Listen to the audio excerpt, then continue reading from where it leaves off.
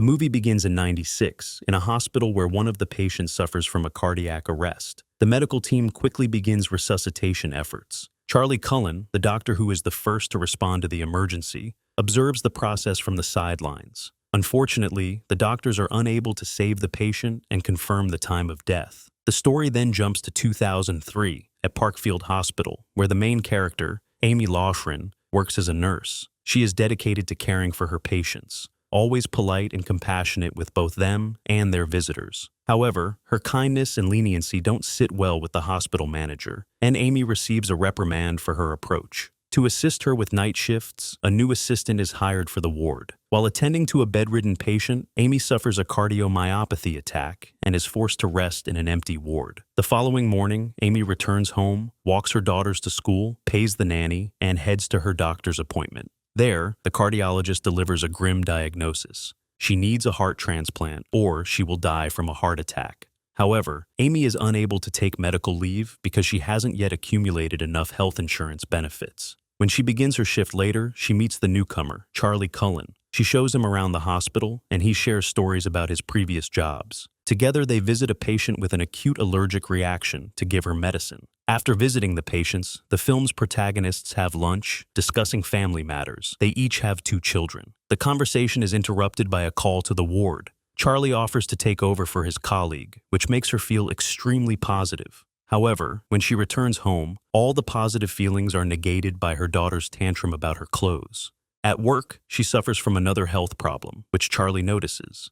She tells him about her illness and asks him not to tell anyone, otherwise she will be fired. A coworker agrees to help her for the 4 months it takes to get insurance. The relationship between them gradually improves. Charlie drives Amy to work and they discuss personal matters. However, the new working day is spoiled by the news of the death of a paralyzed patient whom the heroine was caring for. While the nurse talks to the deceased's husband, the doctor puts her body back in order. The action moves forward 7 weeks. 2 detectives, Baldwin and Braun, are discussing a mysterious death in a hospital, the cause of which has not yet been determined. They arrive at the institution's board of trustees to discuss the incident. The police do not understand why they were called here because of an individual and fatal reaction to medication. But these are the rules. The relatives managed to get rid of the woman's body, so an autopsy to determine the cause of death is impossible. While reviewing the staff's files, detectives find out that Nurse Cullen has already been prosecuted for criminal negligence. Baldwin notes that the hospital was also in no hurry to release the results of its internal investigation.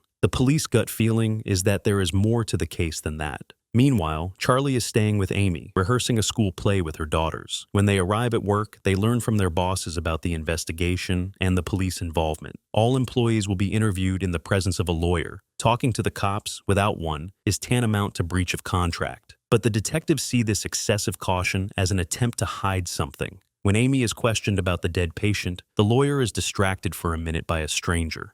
During this time, Baldwin shows the nurse the hospital report and asks if there is anything strange. Amy notes a suspicious blood sugar level, which means that someone gave the patient insulin, which is a double mistake and a potential cause of death. The lawyer returns, and the police ask if Charlie Cullen could have been involved in the incident. He denies it because he is a good doctor. Soon, another patient is near death. They try to resuscitate him, and Amy almost has a heart attack during a heart massage. Charlie takes a pill out of the safe and gives it to her to ease her condition. She points out that he could be fired for stealing the medication, but he knows how to cheat the system. Together, they go to a cardiologist's appointment. Charlie supports her morally, promising to help her hold out for 2 more months until she gets insurance. He also believes that her daughters should be warned about the disease, so that they can at least call an ambulance in case of emergency. Amy agrees and warns her eldest daughter. Detectives continue to gather information about Cullen by contacting his previous employers. However, no one is willing to discuss this employee, citing data confidentiality.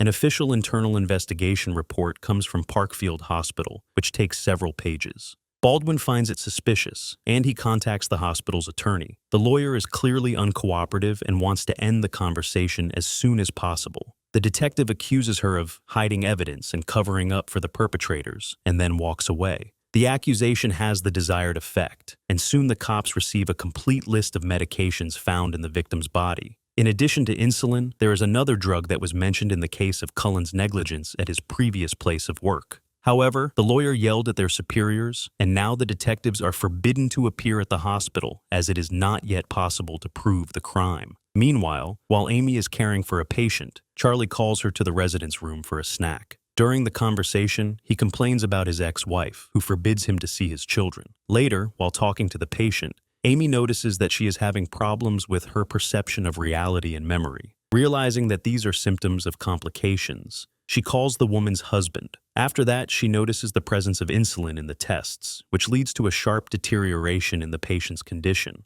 Amy has to tell the arriving husband that his wife died while he was on his way. In the evening, detectives come to Amy's house. She thinks that their visit is related to the dead patient, but they have never even heard of it. The cops realize that the hospital has a new victim of a double mistake. Baldwin says that Cullen's career looks very suspicious.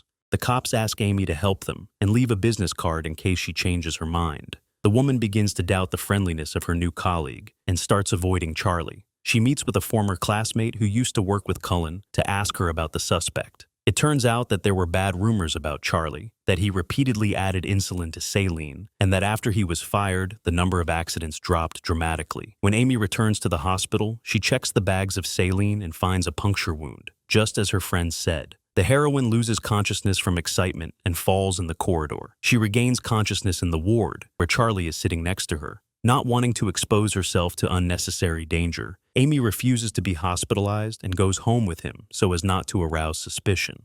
However, she rejects his offer to stay overnight to look after her.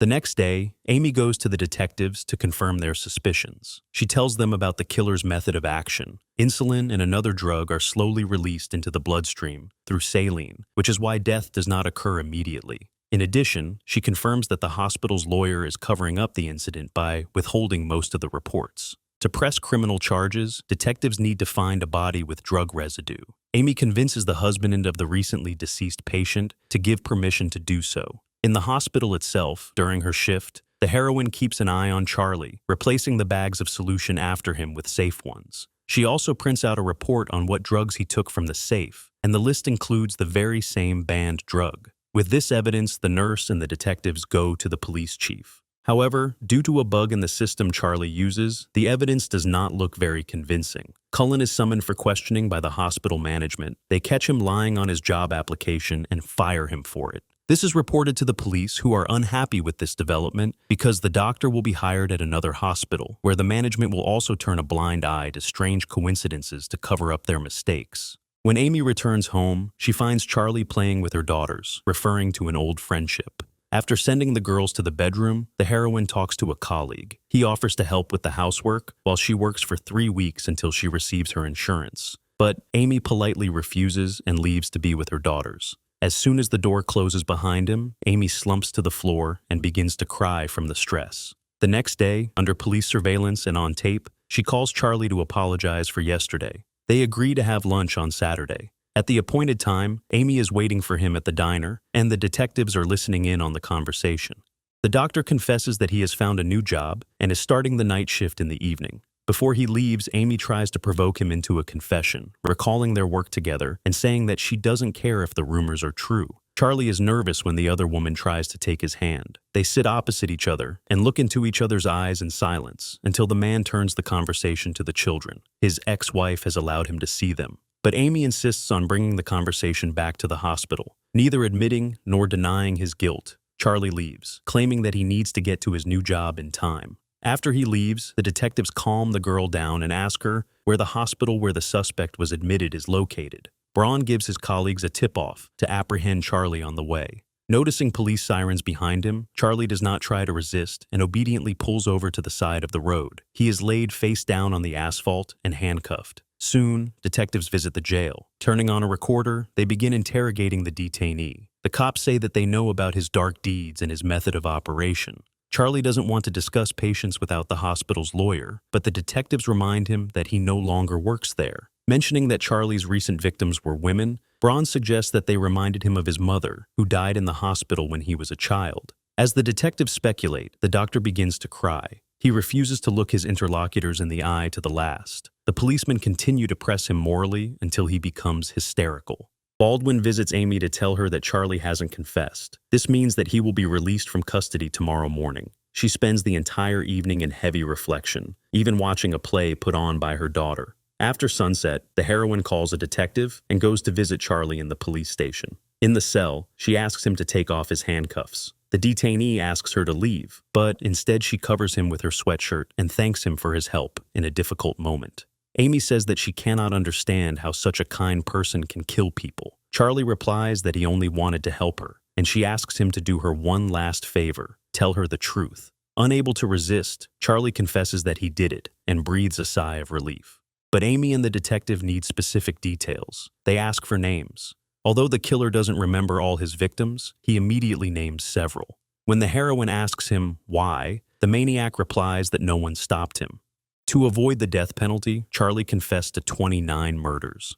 However, police believe that the true number of his victims is about 400. He never explained his motives. Charlie Cullen is serving 18 life sentences with the right to parole not earlier than 2403. He worked as a doctor for 16 years, and despite all the suspicions, no hospital stopped him. No criminal proceedings have been opened against hospitals for concealing information. After her heart surgery, Amy moved to Florida, where she lives with her daughters and grandchildren. She is still an excellent nurse. Listen, I hope I never end up in a hospital with a doctor like the one in this movie.